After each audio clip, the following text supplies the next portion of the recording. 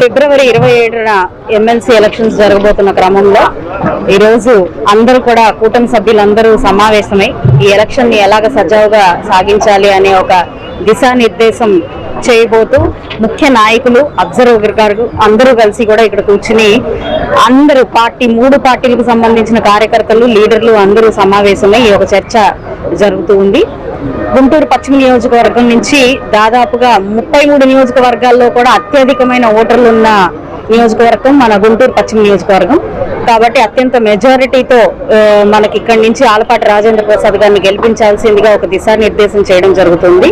ఇప్పటికే బూతుల వారీగా, క్లస్టర్ల వారీగా, యూనిట్ల వారీగా ఈ ఓటర్లని డివైడ్ చేయడం జరిగింది. ప్రతి ఒక్క డివిజన్ లీడర్ కి కూడా ఈ యొక్క మన బాధ్యతను అప్పగించి ఇంటింటికి వెళ్ళి ఈ ఓట్లని అభ్యర్థించడం జరుగుతూ ఉంది. అదేవిధంగా ఇప్పటిదాకా ఎప్పుడు